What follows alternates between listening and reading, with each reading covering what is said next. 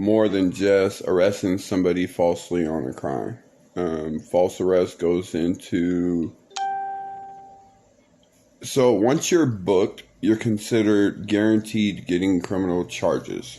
So once you get booked and released and they don't file charges and you were officially booked, that's a false arrest.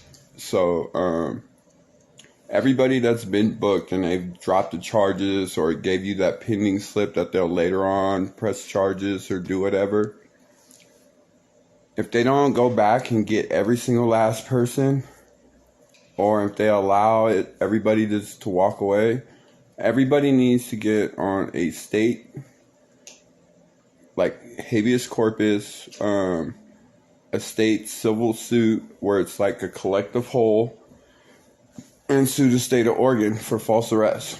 That is a law, and we all will win. Anybody that's been arrested will win.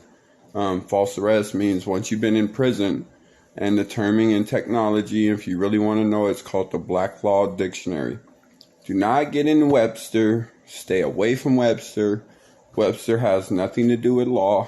If you want to know the law, the first book you need to buy or first book you need to get is a Black Law Dictionary. All of their words are completely different than the language we use.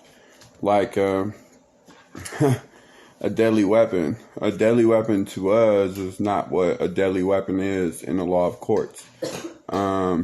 As you see how tricky the law is, we're all bearing witness to it.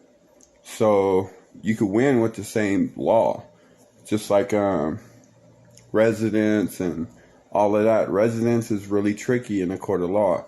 In a court of law, once you've been incarcerated for over 30 days, you're technically a resident of whatever county you're in. So, I mean, there's a whole bunch that works in our favor. But right now, in particularly, the one that keeps pertaining in my mind is just that, what I say, false imprisonment. Yeah, false imprisonment. That's false imprisonment, too.